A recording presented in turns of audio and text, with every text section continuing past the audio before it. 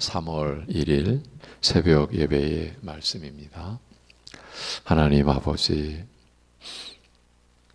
주일의 안식과 회복된 평안과 주의 은혜를 우리로 하여금 경험케 하시며 누리게 하시고 또 한 주간의 삶을 우리에게 내려주시니 주님을 바라보고 주님을 의지하며 사는 날들 허락하여 주심을 감사합니다.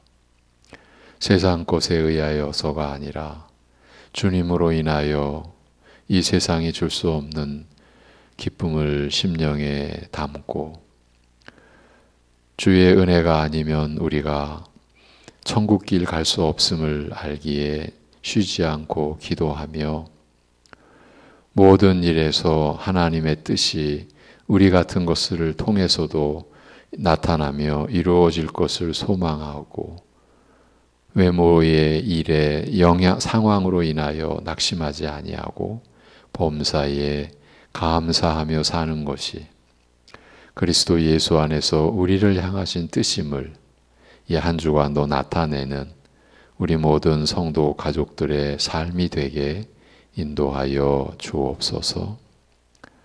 나라의 아픔을, 민족의 고통을 기억하게 하는 오늘 3.1절입니다. 나라가 참으로 식민지 상황에서 온 국민 전체가 고통 속에 있었던 그때, 그날 나라의 회복을 위하여 일어섰던 우리 조상, 그 가운데서도 또 중심 역할을 했던 믿음의 선진들의 그 믿음의 그 외침과 하나님께 은혜를 구한 그 죽음을 무릅쓴 그 고통을 우리가 기억하고 이 나라를 향하신 하나님의 뜻과 섭리를 우리가 간직하고 그래서 나라와 민족을 위하여 하나님의 긍휼 안에서 기도할 수 있는 우리들 되게 또한 인도하여 주옵소서. 예수님의 이름으로 기도합니다. 아멘. 데살로니가 전서 5장 18절에서 20절입니다. 데살로니가 전서 5장 18절에서 20절.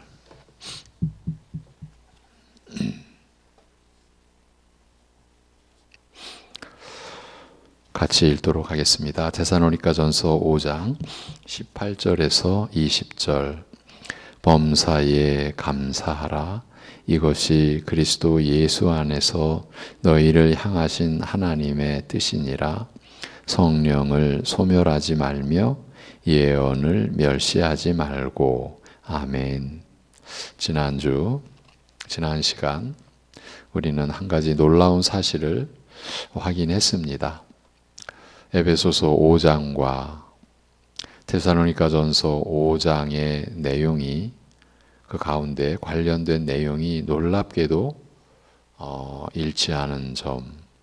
물론 하나님의 말씀이 여기서는 이 말씀하고 저기서는 저 말씀할 리가 없죠. 이제 그런 것을 우리가 알면서도 구체적으로 그런 내용이 전개되는 것이 놀라웠다. 그 점을 우리가 확인했습니다. 에베소서에서는 성령으로 충만함을 받으라고 해놓고 범사에 우리 주 예수 그리스도의 이름으로 항상 아버지 하나님께 감사하며 이렇게 기록되어 있고, 데살로니가 전서에서는 범사에 감사하라. 이것이 그리스도 예수 안에서 너희를 향하신 하나님의 뜻이니라. 성령을 소멸치 말며. 이렇게 이어진 그 점을 우리가 살펴보았죠. 내용의 배열의 순서만 다를 뿐 그 안에 담고 있는 의미는 크게 다르지 않다라고 했죠. 그런데 이제 에베소서에서는 성령으로 충만함을 받으라고 했고, 우리식으로 말하면 긍정적인 관점에서, 데살로니가 전서에서는 부정적인 관점에서 성령을 소멸하지 말며라고 했습니다. 소멸하지 말라는 것은 불을 끄지 말라라는 뜻입니다. 그러니까 직역하면 성령을 끄지 말라, 이제 이런 좀 어색한 그런 그 풀이가 되는데, 그래서 어떤 한글 번역본에서는 성령의 불을 끄지 말라 이렇게 이제 해놓은 곳도 있고, 그래서 이 구절을 성령의 특별한 은사, 곧 우리가 대략 짐작하는 그런 그 은사들, 대표적으로 신유나 방언 같은 것을 경시하지 말라라는 식으로 이해하는 경우도 있다라고 했습니다. 그렇지만 우리는 그렇게 보지 않는다, 그렇게 볼 수 없다라고 했습니다. 19절을 특별히 은사와 관련하여서 해석하는 것을 우리가 받아들이지 않는 이유는 두 가지로 볼 수 있다라고 했는데, 첫째 이유는 먼저 본문의 맥락에서는 성령의 은사를 다루는 그런 내용이 아니다, 그렇게 우리가 볼 수 없다라는 점 때문이라고 했습니다. 성령의 은사를 지금 주제로 삼고 다루고 있는 그런 문맥이 아니라는 거죠.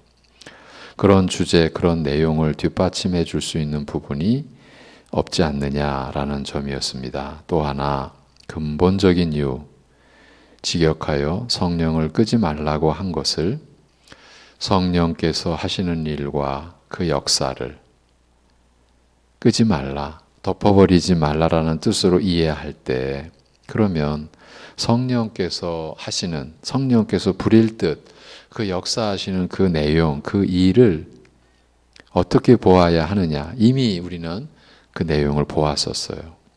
지난주의 얘기입니다. 곧 성령께서 우리 안에서 하시는 일은 그리스도를 증거해 주시고 그의 말씀을 풀어주고 가르쳐 주시고 믿도록 하시는 것이다.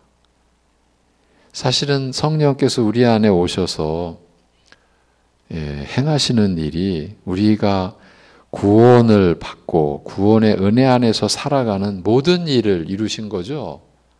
그러니까 그 일을 우리가 놓치면 안 되는데, 사실은 그 본질보다는 우리가 성령의 은사라는 측면에서 참 많이 우리가 기울어졌던 면이 분명히 있었어요. 이걸 부정할 수가 없어요. 그러니까 그리스도를 증거해 주시고 그리스도의 말씀으로 우리를 인도하시는 그 일을 끄지 말라, 이런 식이죠. 성령께서 그리스도를 증거하시는 일이 불일 듯 일어나는 것을 덮어버리지 말라, 이런 뜻이라고 했습니다. 달리 설명을 드리면 우리로 하여금 그리스도로 충분합니다 라고 고백하게 하시는 성령의 역사를 회방하지 말라, 그 일을 막지 말라. 우리가 골로새서에서 이 신앙 고백을 우리가 확인하고 있죠. 우리 평생 이 신앙 고백을 우리가 늘 점검해 가야 합니다. 우리가 그리스도로 충분합니다라는 고백을 내가 지금 벗어나고 있지는 않은지.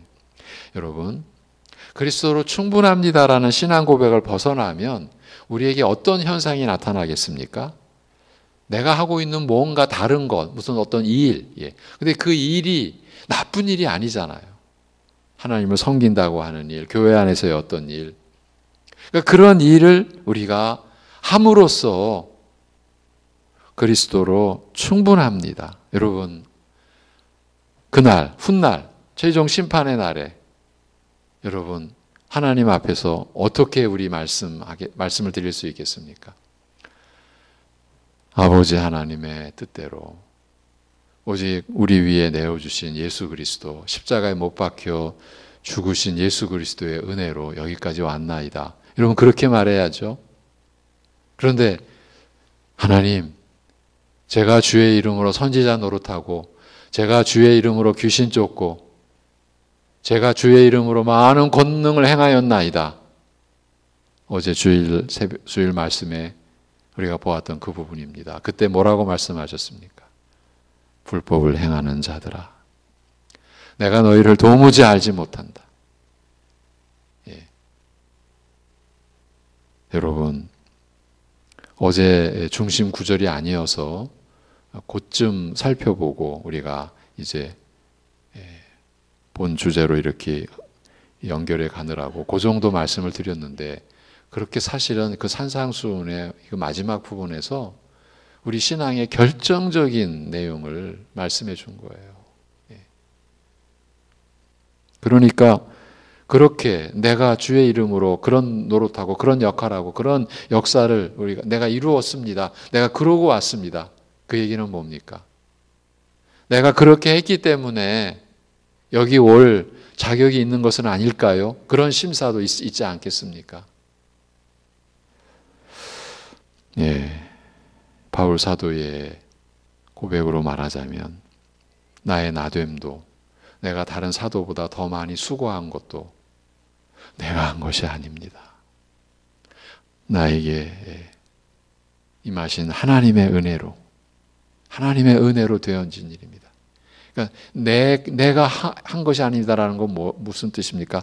내 것이 아니라는 거죠. 내가 이룬 일이 아니라는 거죠. 그리스도로 충분합니다라고 하는 신앙 고백은 이렇게 우리에게 있어서 너무나 중대한 겁니다. 우리의 신앙을 점검해주는 그야말로 기준이죠, 기준. 그런 고백을 할 수 있게 하시는 성령님을 회방하지 말라, 이런 뜻이에요. 지난주 수요 예배의 본문인 히브리서에서 본대로 말하면 우리 평생 내내 믿음의 경주를 할 때에, 그렇죠? 우리는 믿음의 경주를 하는 거죠. 우리가 예배 드릴 때는 믿음으로 예배 드리고 나가서 살 때는 다른 기준 갖고 사는 게 아니죠. 삶 자체가 믿음으로 사는 거예요. 그렇게 믿음의 경주를 할 때에 그리스도에게서 한시도 눈을 떼지 말라고 한 그런 말씀 우리에게 일깨워 주시는 게 성령이시지 않습니까? 그런 말씀을 막지 말라, 그런 말씀의 이해를 가리지 말라, 이런 뜻이죠. 그래서 우리가 이제 반대편 이야기를 우리가 했어요. 이 부분을 오늘 다시 한번 짚고 가려고 합니다. 성령의 은사를 특별히 유난히 강조하는 이들은 신비주의의 위험성에 늘 노출되어 있다라고 했습니다. 이들은 늘 은사를 구하면서 어떻게든 자신들이 은사를 소유했다라는 증거를 찾고 그걸 나타내는 데에 열심을 낸다고 했습니다. 그 집념, 집착을 말로 표현하기는 어려울 듯 싶습니다. 그런데 본래 은사는 선물입니다. 선물을 뜻하는 겁니다. 성령께서 자신의 뜻대로 각 사람에게 나누어 주시는 것이 은사이고 선물입니다. 그런데 이 선물을 달라고 하면, 이 선물을 구하고 찾고 한다면 어찌 되겠습니까? 은사고 선물이 아니게 되는 거죠. 달라고 해서 받는 것은 선물이 아니지 않습니까?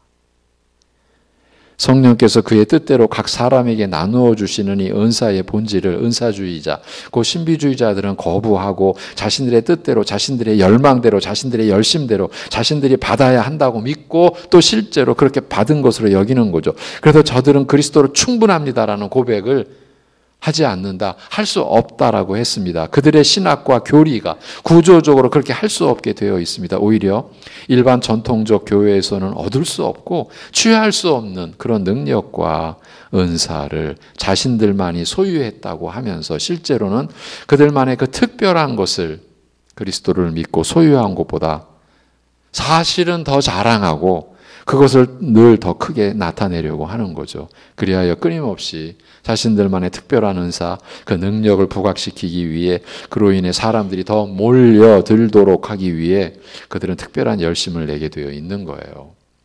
주일 말씀에서도 최근에 골로새서를 통해서 신비주의를 경계시켜 드렸는데 그때 강조했던 내용이 있습니다. 신비주의자들은 평범한 일상을 가치 없게끔 만드는 이상한 능력을 지녔다라고 했습니다. 여러분 이해하실 것입니다. 자신들은 늘 특별하다라고 여기니까요. 말씀 읽고 기도하며 받은 은혜를 따라 일상생활에서 주님의 뜻을 구하고 말씀에 순종하며 사는 평범하면서도 이 복되고 영광된 신자의 삶이 이들 앞에서는 무가치한 것으로 되어버리는 거예요. 그건 그저 종교적인 생활에 불과하다. 자신들처럼 이적을 체험하고 갖가지 은사를 따라 능력을 체험하고 그걸 나타내는 것이야말로 실제적인 신앙생활이라고 그렇게 판단들 하고 그렇게 또 광고들을 해대는 거예요. 사실은 그 반대인데요. 그 반대예요. 어떤 의식이나 어떤 능력에 의한 체험을 강조하는 것이야말로 그거야말로 그냥 종교적인 형태만을 내세우는 것이라고 간주하는 것이 일반이고 오히려 일상에서 믿음으로 하나님의 영광을 위해 말씀을 따르는 삶이 실제적인 신앙생활이라고 여겨야 하는 것 아닙니까? 그런데 저들은 그 반대로 신요와 방언 등을 비롯하여 직접 주님의 음성을 듣는 예언의 은사 등을 가지고 이제 20절이 예언을 멸시하지 말며라는 내용이 나오죠. 이 한 내일쯤 이제 다룰 내용입니다. 그것도 그때 가서 보셔야 되고요. 어쨌든 이 신비주의자들이 말하는 직접 주님의 음성을 듣는 예언의 은사 등을 가지고 사는 것을 신앙생활이라고 하고 이런 능력과 표적 없이 일반적으로 신앙생활하는 것은 단순히 종교적이다. 이렇게 저들은 반대로 판단하는 거예요. 최근에 그런 주장을 그런 그들의 책을 통해서 제가 확인할 수 있었어요. 기가 막힌 거죠. 우리같이 말씀에 근거하는 믿음의 삶을 통해서 참 이때 우리같이라고 하는 것도 제가 말씀드리기가 좀 송구하네요. 우리는 어쨌든 하나님의 은혜를 따라 그렇게 가려고 노력하는 거죠. 그래서 말씀에 근거하는 믿음의 삶을 통해서 그리스도로 충분하다는 신앙 고백으로 그 주님의 은혜를 누리는 삶을 그저 종교적 관습과 틀에 매여 있는 것으로 본다라는 거예요. 저들은 그저 그렇게 말씀에 근거한 믿음 가지고 하나님의 말씀을 따라 순종하며 살려고 하는 그 삶, 그것이 이제 가정에서나 지금 사회에서 살아가는 그곳에서 그렇게 살려고 하는 것을 오히려 종교적 관습과 틀에 매여 있는 거다. 이렇게도 평가해요. 고리타분한 신학과 생명과 능력도 없는, 생명도 능력도 없는 전통적 교리에 매여 있는 삶이다. 그래서 신앙의 자유를 잃어버렸다. 오히려 이렇게 말하는 거예요. 시쳇말로 막 나가는 것이죠. 자기들 마음대로 믿음을 정의하고 신앙생활을 규정해 버리고 있는 거죠. 왜 우리가 이런 점을 살피고 분별해 가야 합니까? 하나님의 말씀이 이러한 것을 살피라고 하셨어요. 그럼 왜 그렇습니까? 이들의 세력이 너무 크고요. 겉으로 보기에는 하나님께 가장 가까이 다가가 있는 것처럼 보이기 때문인 거예요. 일반 신자들이 그런 신앙 형태를 갖고 있는 다른 교인들로 인해 열등감 같은 것을 갖기도 하고요. 맹목적으로 부러워하기까지 합니다. 자신에게도 그런 기회가 주어지기를 기다린다라고 보아야 하는 것이죠. 이렇게까지도 말하는 거를 여러분도 아시죠? 그런 어떤 특별한 체험이 있으면 얼마나 하나님께 사랑을 받았으면 저런 기회도 주어졌고 저런 체험을 할까. 사실은 그게 아닌데 여러분 하나님의 사랑을 그런 식으로 비교하면 여러분 안 됩니다. 우리의 믿음이 무너집니다. 십자가에 못 박히신 그리스도 속에서 하나님의 사랑을 붙들어야 됩니다. 아들을 죽이신 사랑으로 우리를 향하신 사랑을 확증해 놓으셨다고 로마서 5장에서 선포해 놓으셨잖아요. 그것도 원수요 죄인인 우리, 하나님을 찾으려고 하지도 않는 그런 연약한 우리를 위해서 아들을 죽이신 그 사랑, 이 사랑에 견줄 게 없는 거예요. 그러니까 그리스도로 충분하다라는 신앙에 미치지 못하니까 그리스도 안에서 하나님의 사랑에 대한 온전한 만족에 이르지 못하니까 그런 은사 체험이 있는 사람이 부러워지는 거고 거기다가 한술 더 떠서 저분은 어찌 저렇게 하나님의 사랑을 받아서 저런 경험도 하게 되나 이런다는 거예요. 여러분 제가 이게 다 지어낸 말이 아니라 제가 여러분 안에서 다 보고 들은 거예요. 저한테 아예 그렇게 말씀하신 분이 계셨어요. 참 한참 동안 그분에게도 말씀을 전했습니다. 제가 여러분 한참 동안이라고 하는 거를 과장됐다라고 보시지 마세요. 제가 일주일에 한 번씩 1년을 넘게 만났어요. 그런 신앙을 어떻게든 좀 인도해 드리려고. 안타깝지만 결과는 어떠했을까요? 안 들으시더라고요. 그리고 계속 그런 데를 쫓아다니시더라고요. 부러워서. 그게 그렇게 부러워서. 이게 우리의 현실이에요. 그런 기회가 주어지기를 기다리는 거예요. 그렇게 되면 이미 성경 말씀에 대한 신뢰와 믿음에 이미 조금씩 금이 가기 시작한 것이고요. 그러면서 다른 말씀을 찾게 되고 기다리게 되는 데까지 이르게 되는 거죠. 다른 말씀이란 어떤 것이겠습니까? 자신에게 영적 체험 같은 것을 갖게 해줄 것 같은 그런 말씀이겠지요. 우리가 바로 이런 점을 경계해야 하는 것입니다. 이 상태에서 조금만 더 나아가면 또 어쩌다가 체험 같은 것을 하게 되면 이거구나 하면서 신비주의의 경계선 안으로 발을 들여놓게 되는 거예요. 여러분, 율법주의나 금욕주의나 우리 주일에 본 거, 신비주의나 기복주의나 그리스도를 믿는 신앙이 아닙니다. 신앙 비슷한 것도 아닙니다. 지난 시간에 알파라고 불렸던 한 전도 양육 프로그램을 합신의 교수님 한 분이 본 교단의 요청으로 연구하신 결과를 간단하게 전해드렸었는데, 그분은 대략 10년 전 그 당시 신비주의가 한국교회에 가장 큰 영향을 미치고 있는 세력이라고 그렇게 진단하셨어요. 그 얘기는 좀 더 쉽게 표현하면 한국교회 다수가 신비주의에 물들어 있다. 여러분, 그 말이에요. 이렇게 본다면 지금 우리 시대의 교회와 신앙은 큰 위험에 직면해 있는 거예요. 이 위기의 핵심에는 성령님에 대한 왜곡과 오해가 자리하고 있는 거예요. 일반적이면서도 대표적인 오류가 방언이 성령 세례 받은 표라고 한 것이에요. 이들 말대로라면 방언 못하면 구원의 확신도 없는 거예요. 이렇게 말하거든요. 방언을 해야, 그래야 성령 세례 받은 표고 구원이 확실해진 거다. 그렇지 않으면 구원도 잃을 수 있다. 이렇게까지 갔어요. 이것도 제가 지어낸 말이 아니라 우리가 이런 거짓 교리 속에 수십 년을 지내왔어요. 그러면 방언 못하는 목회자들, 신자들은 어찌해야 합니까? 방언같이 어떤 외부로 드러난 표나 표시가 구원받은 것을 확정해 준다고 하면, 즉 그런 외적인 것이 우리가 구원받는 역사에서 절대적 위치를 차지하게 되면 어떤 일이 일어나게 될까요? 믿음으로 구원받는 것이 아니라 행위로 구원받게 된다는, 그야말로 성경 전체가 뒤집어지는 역사가 일어나는 겁니다. 방언이라는 행위가 믿음보다 우위에 서게 되니까요. 방언을 해야 성령 세례를 받은 거고 그래야 구원이 확정된다라고 하니까요. 이런 어처구니 없는 엉터리, 이 거짓 신앙을 우리 시대의 교회는 겁없이 만들어냈던 겁니다. 수많은 교인들이 이 거짓 것을 붙잡고 구원의 확신을 가졌다고. 그런 교단, 그런 교회, 그런 지도자들은 이 책임을 어떻게 져야 할까요? 그러면 그런 거짓 것에 붙들린 신자들은 책임이 없을까요? 성경을 주신 것이 목회자들에게 주신 것이 아니에요. 모든 교인들에게, 신자들에게 주신 것이에요.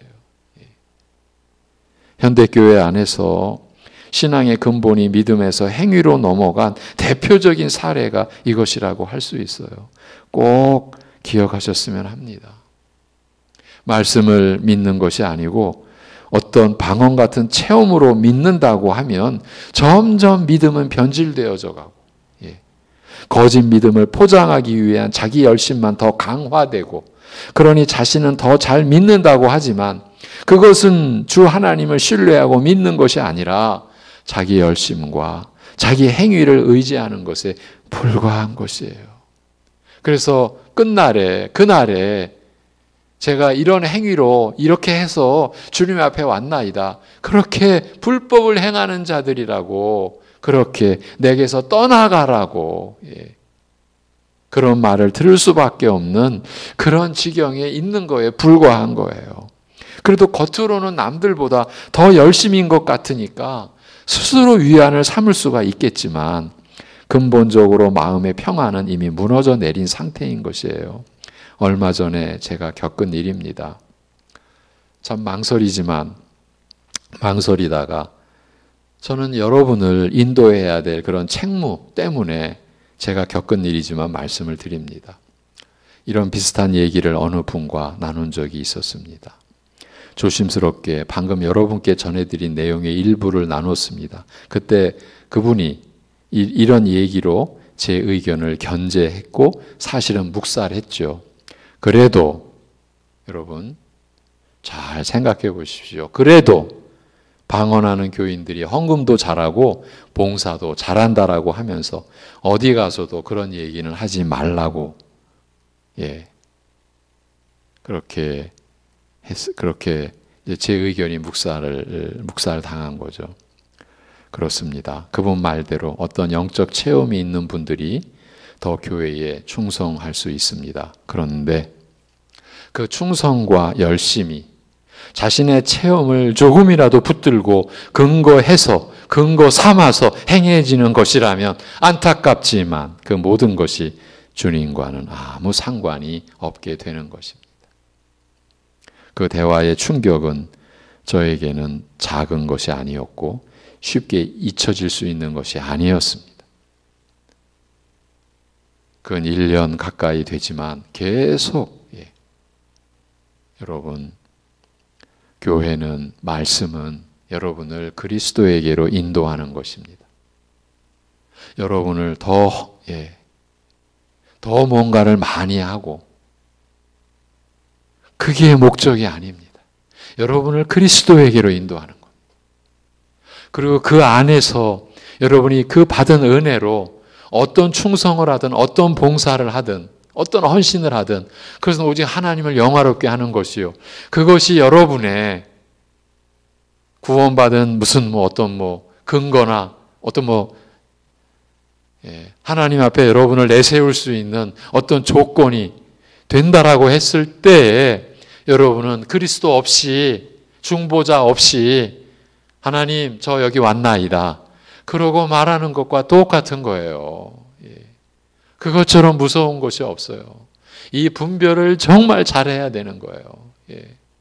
우리 말씀의 종들, 우리 교육자들 평생 이 분별을 삐끗하면 종이 한 장 차이로 주님의 양 되신 우리 교인들을 믿음 아닌 행위로 그리스도 아닌 자기의 그 무엇으로 강화시키는 길로 내모를 수가 있다라는 것을 잊으시면 안 돼요.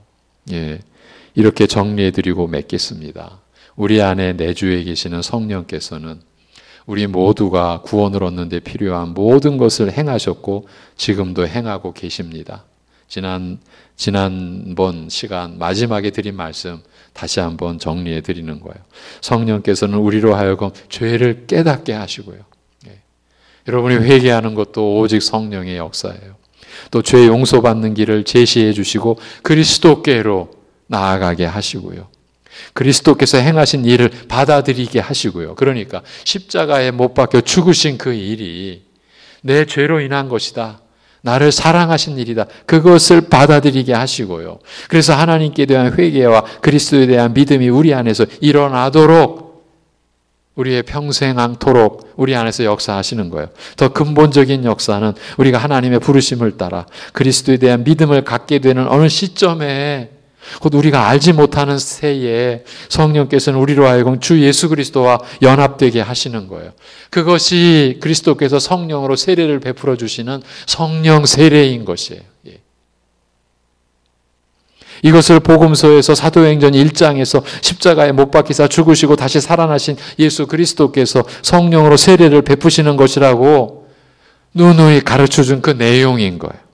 그래서 세례 요한이 나는 물로 세례를 주거니와 내 뒤에 오시는 분은 성령으로 세례를 베푸실 것이라고 선포하셨던 것이에요. 이 역사는 예수 그리스도를 믿는 모든 사람들에게 임하는 거예요. 어떤 차별도 없어요. 예수 그리스도를 믿음으로 의롭다함을 받잖아요. 의롭다함을 받는 것은 영원히 천국에서 살아가는데 아무 부족함이 없는 상태를 말하는 거예요. 하나님과 화평한 상태를 말하는 거예요. 여러분 예수 믿고 무슨 다른 조건을 하나님이 요구하십니까? 그러면 복음은 뒤죽박죽이 되는 거예요. 근데 우리가 그렇게 만들어 놨단 말이에요.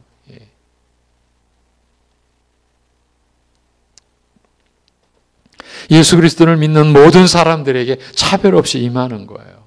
이렇게 예수 그리스도를 믿는 일이 복되고 신비롭고 깊고 풍성한 의미를 지니는 거예요. 이처럼 성령께서 우리로 하여금 그리스도에게로 나아가게 하시고 그 안에서 죄사함 받은 확신에 이르게 하시고 그리스도의 은혜로 족한 것임을 깨닫게 하시고 내가 여기까지 온 것도 오직 그리스도의 은혜요. 앞으로 나아가는 것도 오직 그리스도의 은혜라. 그리스도로 충분한 거예요. 그래서 더욱 그리스도만을 바라보도록 하실 때에 그래서 우리는 그때 그리스도만으로 항상 기뻐할 수 있고 쉬지 않고 기도하고 범사에 감사할 수 있는 그러한 심령으로 우리의 마음이 새롭게 되고 그러한 말씀에 점차 다가감으로써 그러한 명령을 점차 더 진실되게 붙들게 됨으로써 그리스도 안에서 우리를 향하신 하나님의 뜻을 섬길 수 있게 되는 것이에요. 그래서 사도는 성령을 소멸하지 말라 이렇게 권고한 것이에요. 다음 시간에 이어가겠습니다. 하나님 아버지,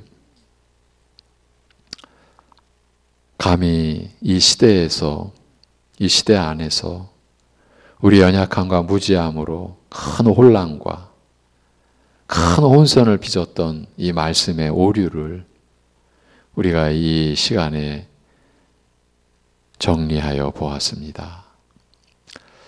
이러한 말씀의 은혜와 이러한 분별의 이러한 지혜를 우리에게 온전히 갖출 수 있도록 우리에게 허락해 주시고 은혜를 베풀어 주시옵소서. 우리가 외적인 어떤 표를 가지고 하나님 앞에 나아갈 때 그것은 그리스도를 오직 믿음으로 하나님 앞에 나아가는 것이 아니라 그 믿음을 제쳐놓고 내가 가진 것, 내가 이룬 것, 내가 행한 것으로 감히 하나님 앞에 나선 무서운 그야말로 있어서는 안 될 정말 불법을 우리가 행하지 않도록 우리의 신앙을 살피게 하여 주옵소서. 하나님 아버지 간절히 구합니다. 여전히 끊임없이 우리는 이 믿음 안에서 헷갈리고 혼돈하고 혼란을 겪습니다.